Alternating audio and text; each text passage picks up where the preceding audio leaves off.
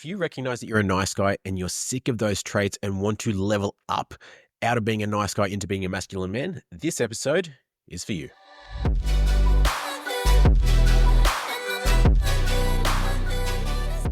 Welcome back to another episode of the Be Better podcast. I'm your host, Harrison Orr. I've coached almost 500 men to reclaim their edge, get rid of nice guy syndrome, and ultimately live up to their highest potential so they can run their business, run their marriage, and be an impeccable father, and just be an overall outstanding man living to their highest potential. And so this episode is going to be about how to step out of that nice guy syndrome, how to step out of those traits into a man that has control, is decisive, has direction, has boundaries, and is able to say no, all without being a dick, all while still holding the respect, the admiration, and I was going to say praise almost then, but the respect is probably the best word for those around you. Because if you're like me, part of this journey is first of all recognizing the nice guy traits. Like, oh shit, I do that all the time. I get triggered by that. I say yes, and even when it's detrimental to myself. I do all these things and have all these expectations, and I'm frustrated. I'm not where I want to be. All these things. Awesome. Then our brain naturally goes, well, if part of the reason I'm here is because I don't know how to say no and because I don't set boundaries, well, then I should just start saying no and setting boundaries, right? I'm putting everybody else first, so now I should put myself first, right? Logical sense, right? And it's not entirely wrong, but the way we, or at least I, went about doing it was not right, was not helpful. And so when we've gone too far one way, we swing that pendulum back and it often goes too far the other way. We don't often end up in that middle ground unless we have structured support or a plan or just guidance in navigating that. Because what happened to me when I learned about these traits, what I needed to change if I was to ever not be a nice guy and actually have the respect for myself first and foremost, but those around me, I went too far. I didn't communicate any of my boundaries, so I just started saying no to people and being really blunt and cutting people off.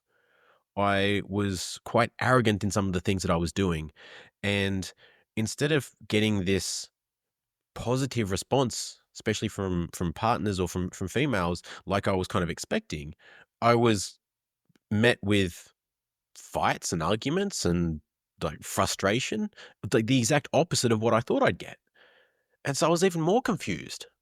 I'm thinking, I said no, I set my boundary, I didn't do the thing that I didn't want to do. Why is this now a fight? Why am I now feeling more self-conscious and anxious about this? What gives? Problem was, well, there was a few actually. One of them was just like typical nice guys. We make these contracts or these changes in our mind and we fail to communicate them to people. We fail to communicate those boundaries. We fail to communicate what we're feeling, why we're feeling it. And most importantly, from a neutral state. And so this leads me into the 3 steps that I'm going to run you through today that I have personally gone through and the way that I take my clients through to get them from being nice guys that bend over for everybody to a man that is respected even when he says no. Even when he says what people don't want to hear, they still admire him, they still honor him, and they still fucking love him. And the first part in this is regulating our nervous system. Because when we say no, when we set that boundary, if it's coming from a place of lack, if it's coming from a place of stress, it's coming from a reaction or a passive-aggressive response, it's not going to be received very well. It's not even going to feel nice coming out. It's not going to feel powerful like we're in, we're strong in who we are and we're, not bending or quivering with our values.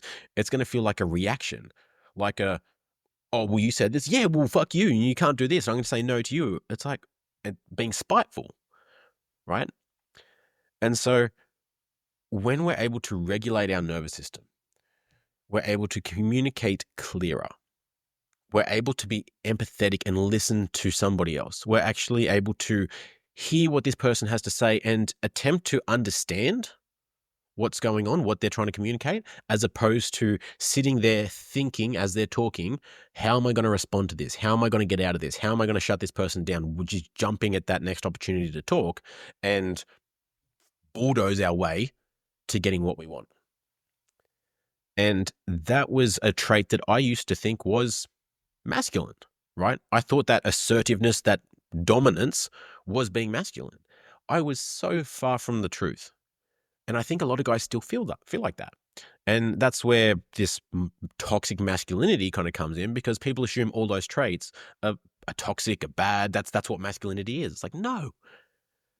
Sure, things like maybe arrogance or narcissism, or, some of those traits might fall more into either immature masculine or dark masculine. But everything has a time and place, right? Everything is contextual.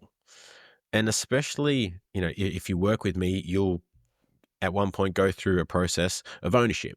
And what that looks like is I've got a list of 142 traits, and we'll go through every single one. And you're going to write down a time in your past where that statement or you have exhibited that trait. And so there's certain traits in there that are going to be easy. You're like, oh, I can remember plenty of times that I was smart, or that I was adventurous, or that I was giving or loving or whatever. What about the times that you were narcissistic? What about the times that you were aggressive? What about the times that you were belittling? Or some of these traits that you might not want to own? They're the ones that trigger us the most. But the point is that those traits have a place, right? Is it right to be aggressive towards your wife if she simply reminded you about the thing that you said you were going to do 5 times already, or reminded you about the milk that you had to pick up on the way home but didn't? Probably not. Probably not a justified response. But is aggression justified if someone's threatening you or your family? Some would say yes. So, and this plays into the whole balance of being healthy, mature, masculine, is we want to have range, right? And so this is where if you resonate with being a nice guy, we talk about your partner wanting you to have a spine, wanting to have a backbone, wanting to stand for something, because they want to know that you can access these traits. Like for safety and survival, your female partner, your feminine partner, wants to know that you can be aggressive to defend her if need be, right? That you can just pull out anything out of your tool bag and get the job done to defend her, to defend your kids, to keep you guys safe. She wants to know that you can access that. She doesn't want to be on the receiving end of that. And so that's where the control in these traits comes in, and knowing when to use each one. We can only do that from a regulated nervous system. If we're in fight or flight mode all the time, we're going to be reactive. We're going to pull out that sword or that response that we have most commonly used in this situation, which, if you're a nice guy, probably not a useful trait up until this point, right? It served you to get you to here, but it's probably one of the ones you want to change. And so when we're in fight or flight mode, our brain is not very malleable. It's very hard in terms of being able to change behaviors. It's a lot harder. So we want to spend more time in that rest and digest state with our calm, neutral state, because then we can see things when they appear. Maybe it's chaos, maybe it's a conflict, maybe it's something that we just didn't see coming. Take a breath. What am I going to do about it? We don't go into reactive emotional blaming. We don't go into pointing fingers. We go into, cool, this is the situation. What am I going to do about it? Your woman brings some chaos home to you. Awesome, babe. Do you want to vent or do you want solutions? Oh, you just want to vent? Awesome. I'll just shut the fuck up and sit here and listen. Tell me everything you got. Or you want a solution? Okay, cool. Now I can go into my male problem-solving mode. I can't tell you how many times that simple question has saved me from arguments, from fights, from misunderstandings, purely because I went into problem-solving mode. I didn't try to understand what my woman was trying to communicate through her feelings. because the feminine will communicate in feelings as opposed to words. The words are just surface level stuff. When you can read through those lines, through those words, and figure out what it is she's feeling, what it is she's trying to communicate, and you address that, game changer. You will develop a much deeper relationship, a level of trust in each other, and a level of intimacy that you will not have known before when you can understand her to that point, because she probably won't even know herself unless she's done a lot of deep personal work too. I'll give you an example. It might seem like nagging if she's repeatedly asking you to clean up the garage, right? You said you would clean up the garage multiple times. It's been a couple of months now, still hasn't happened. And she gets frustrated and keeps saying it. Do you think she's really frustrated about the garage not being that clean? Yeah, maybe a little bit, right? The deeper issue is that you said you would do something and you have not done it. Therefore, she cannot trust your word. She cannot trust you to do what you say you would. Therefore, she cannot not trust you. And so when she can't trust you, she needs to find that certainty and that safety within herself. So she needs to step into her masculine to create that, because she can't rely on you. And that might be eye-opening for some people. But as a man, we should be impeccable with our word. Only say things that you're going to do if you're going to do them, if you can do them. If you can't do them, don't commit to them. Being impeccable with your word will create an immeasurable amount of trust and respect, first of all for yourself, and then for those around you, more than anything else can. So, step number 1 is that regulation. Step number 2, learn to lead. Following off from what we just said, leading starts with ourself, starts with being impeccable with our word, starts with the discipline of ourself. Because if we're not leading ourselves, like we don't know our values, we don't know where we're going, we say we're going to do things, but we never follow through, that's going to affect our confidence. Because just like in that situation there about the garage with our wife, we have the same dilemma in our head. We've got that darker voice, and the other voice is going to say, well, why should you be confident about anything? You've been saying you're going to do all these things for months and you haven't done any of them. You can't even do those. So what makes you think you're going to be able to land this client? What makes you think you deserve to have her sleep with you and have this, all this trust and respect and love and admiration when you can't even follow through on your word? What makes you deserve any of that? Voice has got a fair point. And so a lot of guys will think about, okay, I'm changing for my wife, for my marriage, for the people around me. That's still a nice guy trait. That's still I'm wanting their acceptance, their validation. I'm wanting to appease these other people. So I'll morph like a chameleon into what they want. Wrong energy. The energy to make these changes is, I know where I'm going. I know what I'm worth. I know who the fuck I am. And I'm going this way. I'm doing this for me. Because then we're not doing this based on the admiration or the affection that we get from other people. Because if that's what we're basing this off, sure, you might make changes for a few weeks, but then if your intimacy doesn't change, you don't get external recognition or validation, that nice guy's going to come back out and think, what the fuck's the point? No one even noticed. I haven't had any more sex since making all these changes anyway. And the cycle continues. So that's why it's for ourselves, first and foremost. I'll give you an example. I was talking to a client the other day, and he was saying about some of the changes that he'd made. And he decided, you know what? Fuck it. I'm just going to do it. Saturday morning, I'm going to get up. I'm just going to go and smash out all these tasks, and not for any validation, not for any brownie points with the missus. I've said I'm going to do these things around the house. I'm going to go smash them out. Cool. Got up Saturday morning, went through, boom, boom, boom, boom, boom, smashed them all out for his own peace of mind, his own confidence, his own clarity to kind of close those tabs in his head and be impeccable with his word. Almost immediately, the change of energy and intimacy from his partner, basically throwing herself at him. The next morning, making him breakfast in bed, showing him this new level of love and affection that he hadn't seen in years. And he didn't do it for anything from her.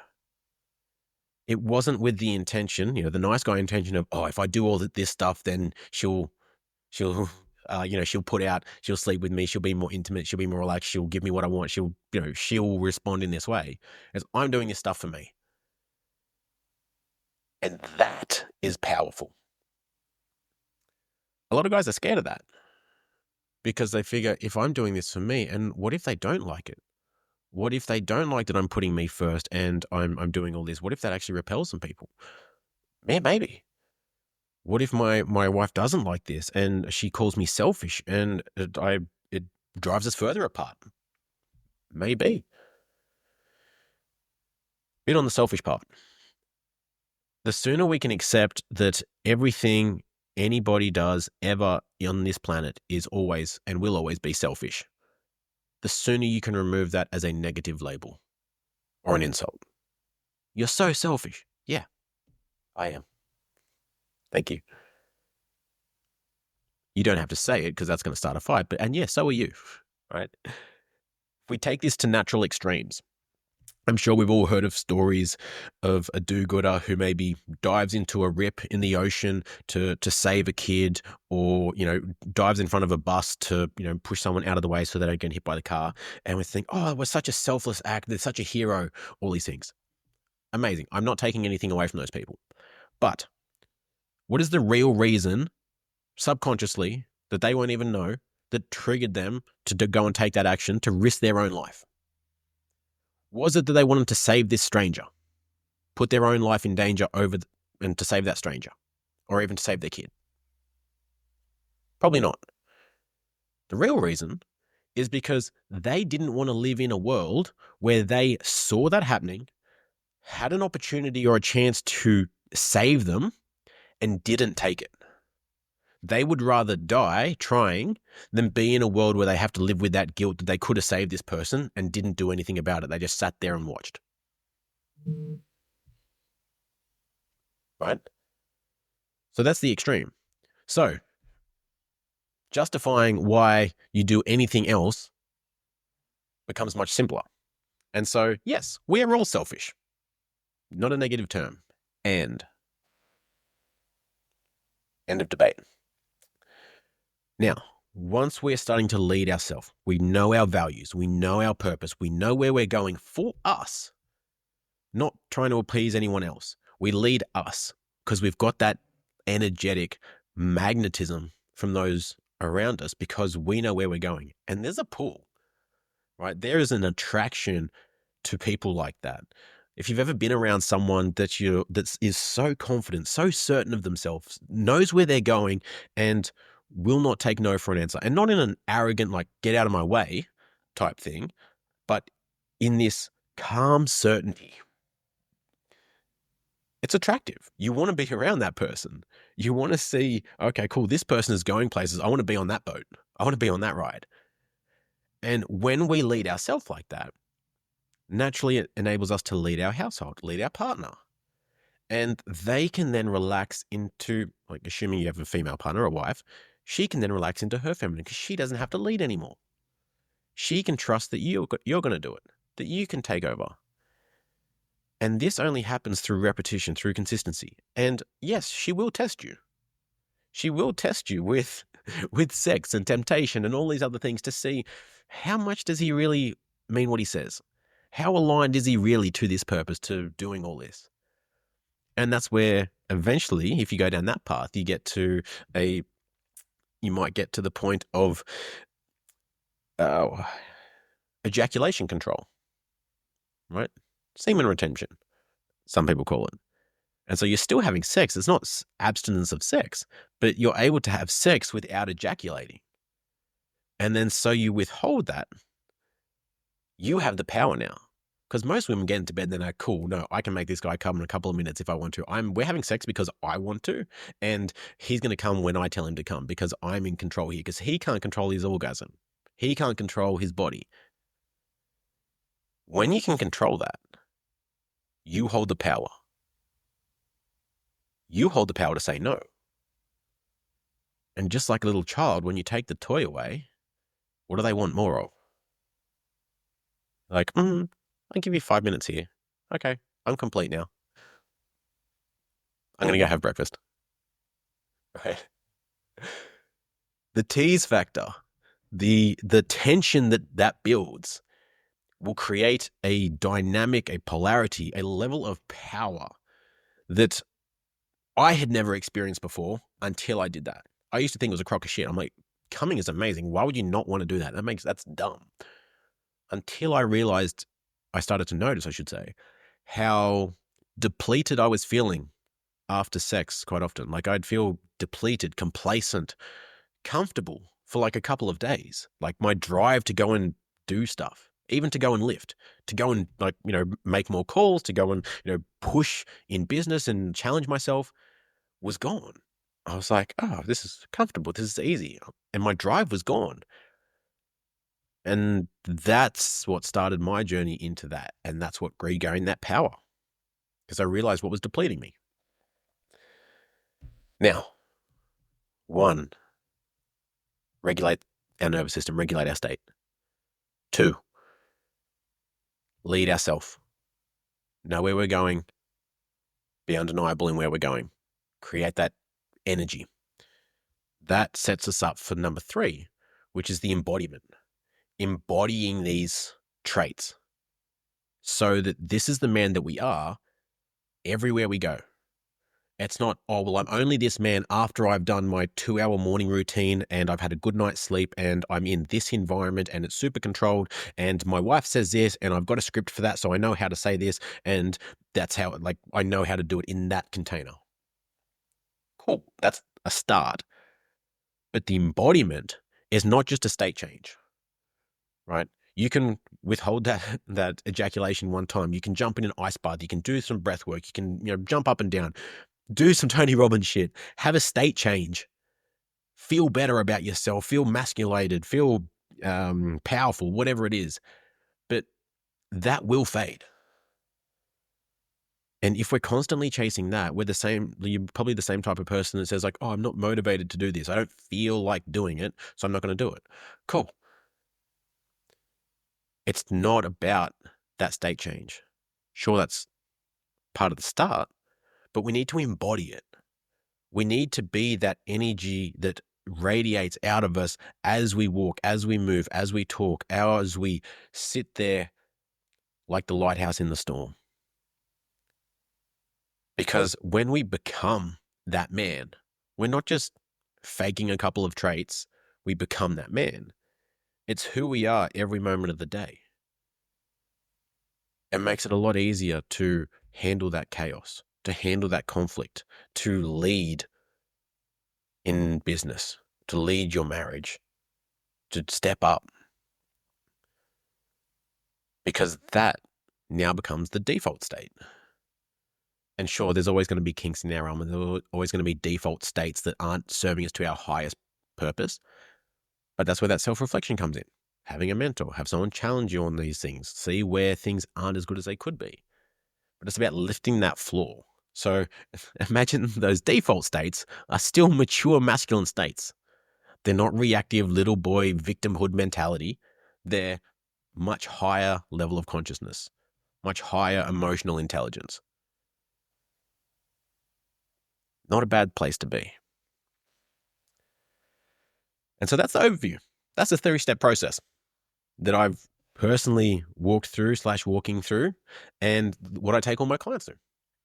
And if that hits home, if you were ticking some of those boxes like that makes sense, that's what I want, that like yes, then in the show notes you can jump on a link to apply for coaching. I don't take many people at all because it takes a lot of my energy. I like to give my best to people. And also I only like to work with people that I 100% know that I can transform and get them from where they are to where they want to be. So most often it's no. But if that resonated with you, if you feel like, fuck, I really need this, I want to at least have a chat, in the show notes, you can jump on the link to apply for coaching, and then I'll get back to you within 48 hours if it's worth us having a chat, or if I might have other resources or people I can redirect you to for where you're at in your journey. So with that said, have an incredible day. Don't be sorry, be better.